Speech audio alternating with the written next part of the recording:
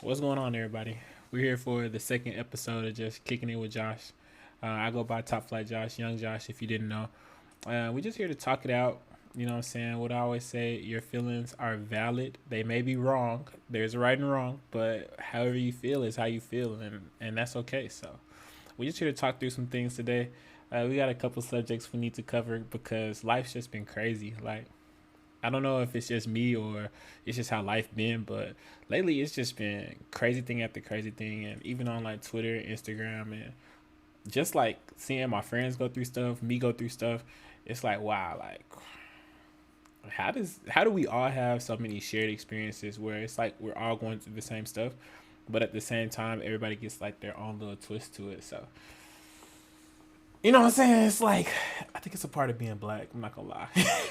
when you when you black, it's like sometimes you just been through some stuff that somebody else has been through that's like similar. Like I don't know how to explain it, but if you black, you know. So if you know, you know. But also, I think I'm sure white people and other races have like similar like things that they think where like if you done something or if you are just basically by the color of your skin, you've been through some stuff. So it's all good. Or we have the same mindset. Not the same mindset, but we think the same. You know what I'm trying to say. If you don't know, maybe this might not be the chat for you. You might have to get up out of here. So let's talk about it. The first thing I want to talk about is my boy Cam Newton. Cam, one of my favorite players ever, man. Uh, I watched him fight some kids or fight some people on YouTube the other day on Twitter, and I was just like, bruh, how does that happen? Like, how do you get to the point where you're in a situation where um, they be talking trash, but talking trash to the point where you get in a fight? But I was watching some other Cam Newton stuff, and these kids be going at him, bro. Like on some, you never won a ring or you never won a championship. Like, what's up? What's up with kids, bro? Like, I get it. You want to talk trash, you want to go crazy at the same time, but bro, you're ruining relationships that I feel like could be better for you, or there's other things you could do in that situation. Like, bruh, if I ever was to meet somebody that was like Cam, I wouldn't be on no glazing stuff. Like, I wouldn't be on there talking about how much I love them. But at the same time, I wouldn't be the person to be like, oh, you were trash when you were in the league. Like, especially if I'm at a football camp that my parents pay for. These kids are going to football camps their parents pay for. See Cam and want to talk trash and tell him that he sucked. It's a little weird, especially when y'all broke. Mm-hmm. Yeah, a lot of y'all are broke. Y'all parents use that last coins to send y'all to a camp, and y'all want to get to the camp and fight camp. Like, anywho, I don't think it was just the kids though. I think it was like some people that he used to work with. I watched like a video of him breaking down what all happened and stuff. So let's just watch it together real quick. Let's see what it's talking about.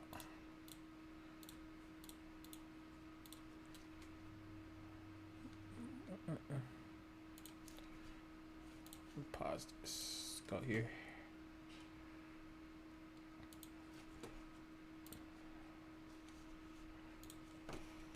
See, let's look. First of all, Cam big as hell.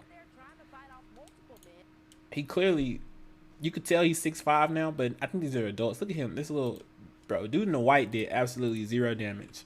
Watch this weak ass punch, bro. You did nothing. Cam ate that. He wrestling dudes off, bro. These dudes look crazy. Y'all crazy as hell. Who would want to fight a 6'5" dude, man? Y'all look crazy. I just feel like, bro, like stuff like that is just ridiculous. Now, granted, Cam, I feel like he be talking shit too. He an Atlanta nigga, and as you know, like watching his videos and watching some of the other stuff he be doing, that nigga be talking shit. So I know for sure that nigga probably said some shit to piss a nigga off. I think what he said on one of his videos was that he asked a nigga where his dad at. He asked a young nigga where his daddy at, cause he couldn't talk to a young nigga the way he was about to talk to a young nigga. I feel like low key, that's a little disrespectful on Cam's part. Just like you talking shit to me and I tell you, nigga, where your daddy at? Go get your pops, nigga. I would have asked the nigga, where his mama at? You know what I'm saying? You need to be disciplined, because at the end of the day, what are you doing? We not we not getting to nothing here. That's you fucking lame. But that's just how kids are these days, bro. Like I think generations are getting worse, but I think it's because parents are getting younger. We're trying to be more understanding. or parents are trying to be more understanding instead of us being like disciplinary figures like our parents were to us. But that goes on with a long line of like, I don't think our parents taught us enough about what experiences we would need to be successful. I think they taught us a lot about what experiences we would need to not be in trouble. Like they didn't teach us, and it's just me personally. I feel like this personally, and if you could agree, you agree. I feel like people taught a lot about what not to do, and not always extra things like what can you do. You know what I'm saying? Like I don't like speaking about relationships all the time because life is more than relationships. But I think our parents, our generation of parents, and I'm 28, so if you're around my age, you know what it is. Our generation of parents taught us about getting married and not having sex until marriage. They didn't teach us about like dating, understanding like how to date somebody, how to know red flags, how to know you got the right person, all those small things that go in between of meeting somebody and fucking getting married. Like I get it. We want to get married before we have kids. I get it. We want to get married in general. But like what's going on when I just met a girl on Tuesday? Like you ain't explain to me when I'm supposed to start texting her, or like how I'm supposed to get to know her, or like what questions I should be asking, where we should be going out on dates and stuff like that. Like I think our parents in general dropped the ball, especially I don't want to say with girls, but like they always told girls don't get pregnant and find a nigga with money. But how do you even evaluate who's a good man and who's not? And that's why everybody's making these badass decisions. Girls want to fucking start evaluating after you got 2 babies. And now you want to find you a good man. It's a little late. Niggas, it's a big thing between 1 baby and 2 baby. Imagine, nigga, 1 baby is a lot. Okay? As a nigga that don't have kids, if you got 1 baby, that's a lot. But if you got 2 kids, you might as well chalk that shit up, sweetheart. You can't have 2 kids. You can't have 2 kids and be looking for a man. Talk about what Kevin Samuels say. Talking about you want a high value man. You want a nigga that don't got no kids and you got 2. You need to be a little bit more tolerable. You need to be able to. You gonna have to say okay to some stuff you wasn't willing to say okay to. And as a nigga, y'all niggas with kids, y'all need to stop stealing all the goddamn baby mamas. Every time I look up, it's another girl pregnant. Y'all are stealing everybody. If you already got a kid, you don't need another baby mama. You need to find you a wife. And don't wife up the good women that don't have kids. Don't be out here stealing. I feel like we need to have a conversation about how selfish you niggas are. You niggas that got two kids, 2 baby mamas, I feel like you're stealing. Because it's niggas like me, niggas out here like my homeboys that don't got no kids, no baby mamas. And now we out here hunting like motherfucking animals in the fucking South Africa, just trying to find a way to find a good woman these days. And you women need to stop getting pregnant. It's good men out here. Now we know y'all ain't using condoms, but the least you could do is a little birth control. Please. I'm not begging, but I'm asking nicely, kindly, please use birth control so we can save some baby mamas. And I used to want 10 kids. I was dumb. This was my setup. Listen, this is dead ass too. I was really on this and I have it all planned out. I feel like when I wanted 10 kids, first of all, I wanted a big family so I could be called Papa J. You know what I'm saying? My name's Josh. So I feel like if I had 10 kids and they all had 2 or 3 kids, I would have had a movie family. You know what I'm saying? We could have played the motherfucking family reunion games and shit where Roscoe Jenkins and shit. That would have been me. That would have been us. Granted, that's not realistic. So let's backtrack. I was gonna have 1 kid by a random girl. You know, she's gonna just be a bad girl that I end up meeting. I wanted 1 kid by my first love. You know what I'm saying? That way she could always talk to me. You gotta always have me in your life. If we have a kid together, we stuck for at least 18. That way, you know, if I need to call somebody, I know I can count on you. Okay? My next one was probably gonna be by somebody that it just didn't work out. Things didn't work. Okay, I know how it is, but we had a kid. Fuck it. Then I would have had my little hood team. You know, my little light skinned hood team. I love a good light skinned hood mamas. I would have been happy with that. Okay. Then I would have had my kids by my wife. Okay, so I'm at 4 right now. So I would have had my kids by my wife. That would have been 3 or 4. And then, so we're at 8. And then I would have had a kid at a wedlock on accident. Shit happens. This was the young me. The young me. I'm a new man. I don't think like this no more. But the young me would have wanted a kid from uh fucking around. And then my last one would have been an accident with me and my wife. Because after I had my kid out of wedlock, she would have been like, I hate you, but then she would have found her way back to me. And we would have had our last baby. And that kid would be my protege and the one that I love, and you know what I'm saying? He would have been the greatest thing that ever happened to me. Let me know what you think about that. I feel like that math is low key mathing. Back in the day, now I don't want that shit. That shit's clearly stressful. I've watched people go through child support and shit. That shit's not cute. But back then, when I was 25, 24, 24, I would have thought that shit was fire. Nah, that shit was crazy. The next thing I want to talk about is Diddy. I used to like Diddy back in the day, bro. But the allegations are getting a little out of hand.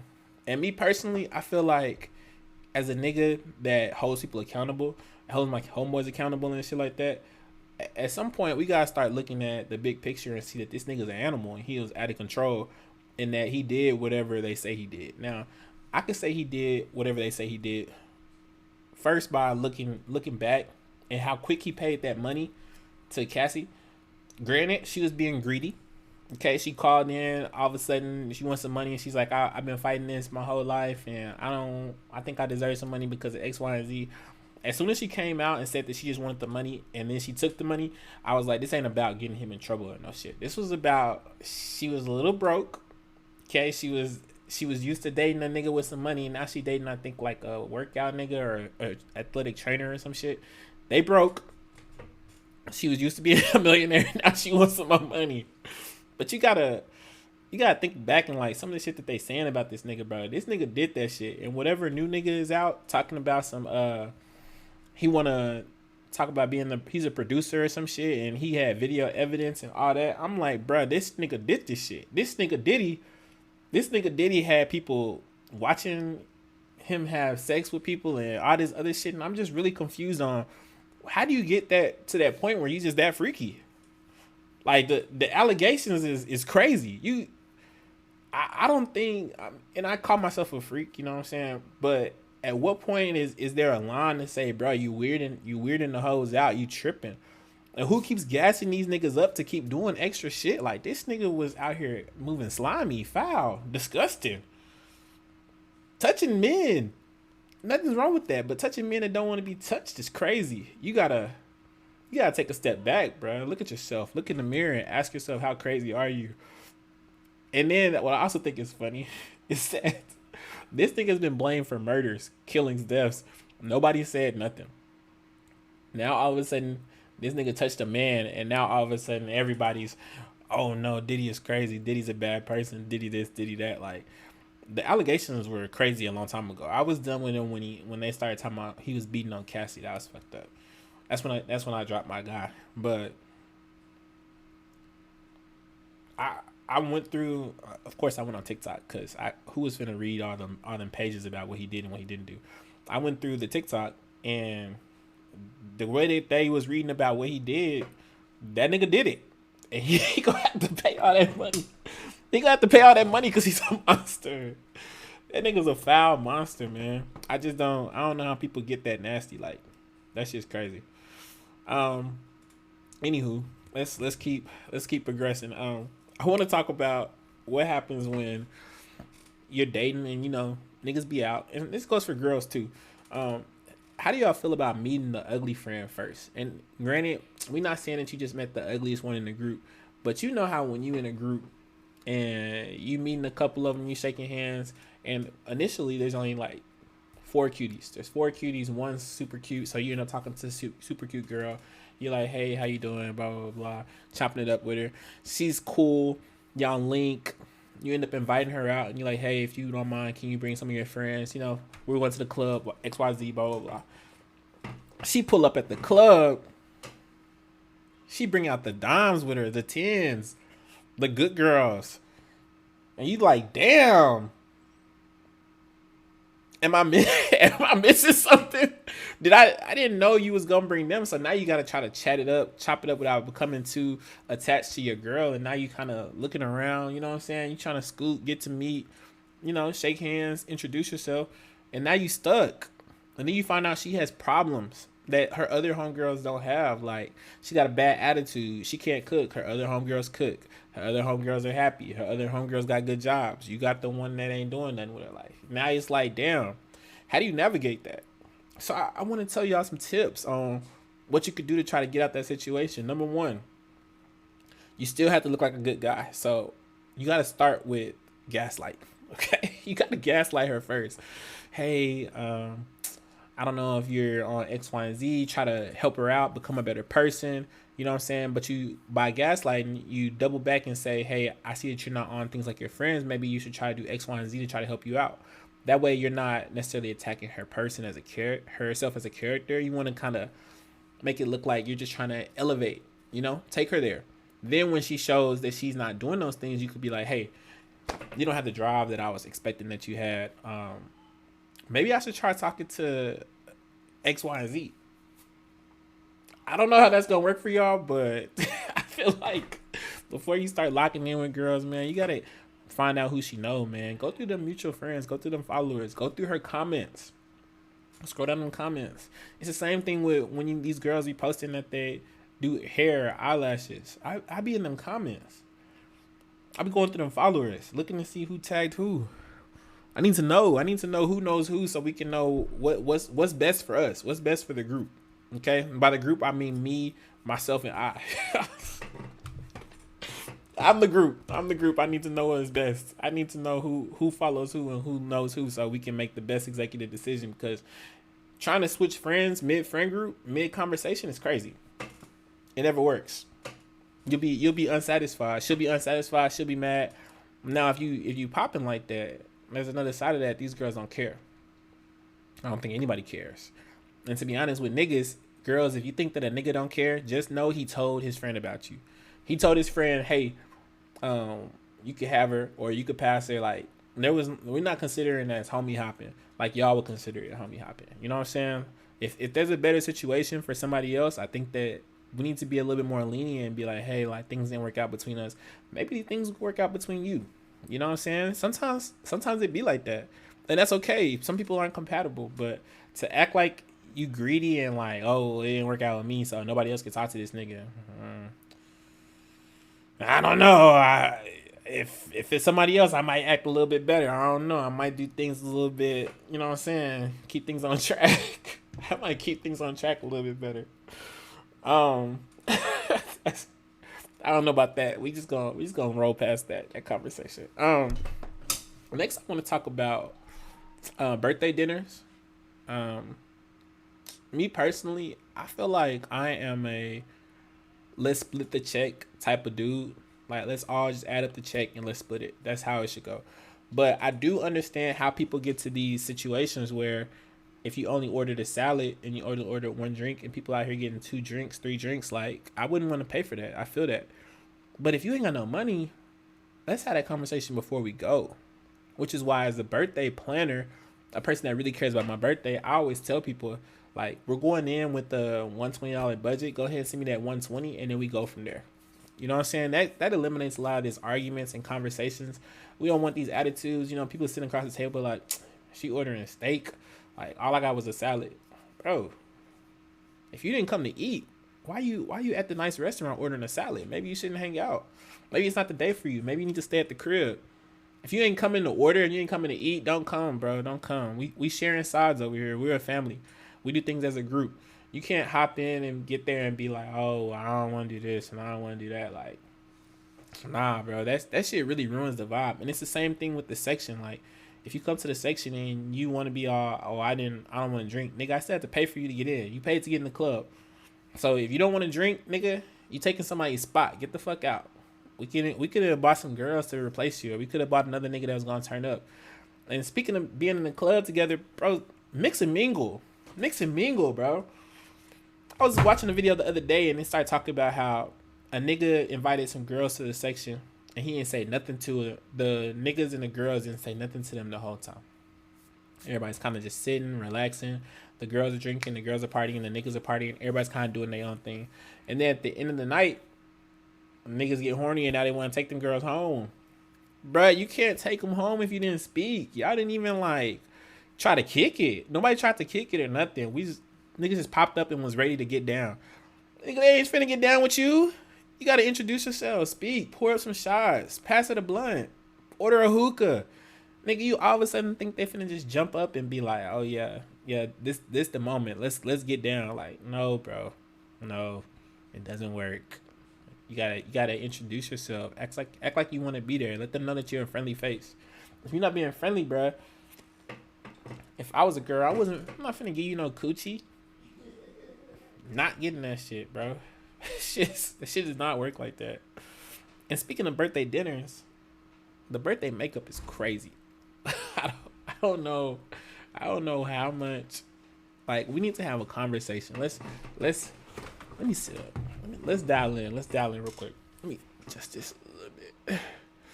Listen.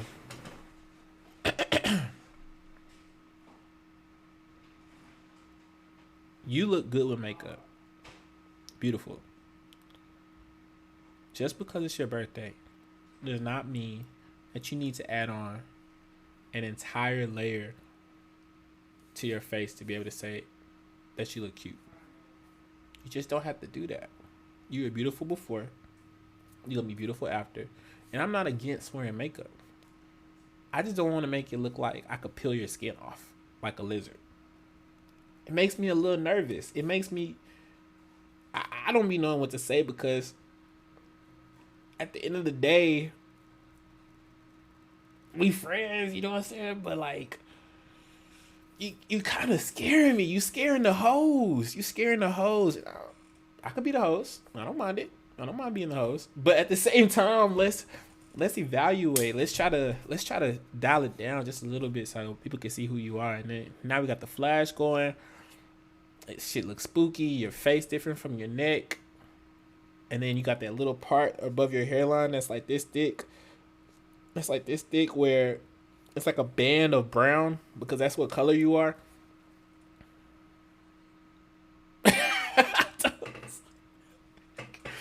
I don't know what to do with you, bro. And granted, I'm not slugging none of my friends because I think the girls that I know be really kicking it in. Y'all look beautiful. But when I get on Instagram sometime, y'all be like, it's a little iffy. Like, I'm not here to be mean or like judgmental, but I do think that we could fix some things. For sure could fix it. Last but not least, we're going to have a little conversation about my boy Russell Wilson. I think people need to really understand why some people hate him, man. Like, why niggas hate him. And it's really because of Future. It's Future's fault. I feel like as a nigga, we had to choose a side. Either we're going to be with Future or we're going to be with Russell. And Russell's just a smidge bit corny. And I feel like everybody should get that vibe from him, bro. Like, the shit that he talk about, the way he talk, I think it's a little corny. And the way he puts himself above his teammates. Now, I'm not mad about how he treats Sierra. Actually, that's my bag. I treat girls just how Russell treats Sierra. That's just kind of my thing. You know what I'm saying? I'm not lying. I'm telling the truth. I'm telling the truth. I treat women the way Russell treats Sierra. That's just my thing. So if you want to find out, just DM me, let me know, and you know what I'm saying. But bro, he's just a weird dude, man. The way he puts himself above his teammates to me is just not what works. But at the same time, nigga is Future. One of the greatest. One of the GOATs. Future made good music. Russell won a ring with Richard Sherman. You know what I'm saying? It's not the same. Russell light skin, Future dark skin. Russ got that white. He used to date white women. That's enough. Future's trying to get his life together. Future got all them baby mamas because he was trying to find out which woman works best for him. You know what I'm saying?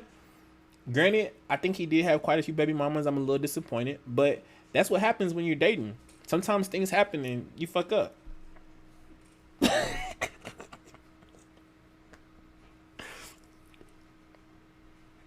Don't judge me. I'm on whatever side I need to be on the right side of history. But as for what it is, it's Future.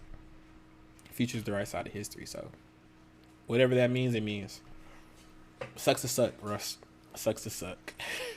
that's, that's all we got for today. Y'all have a good week. Holla at me.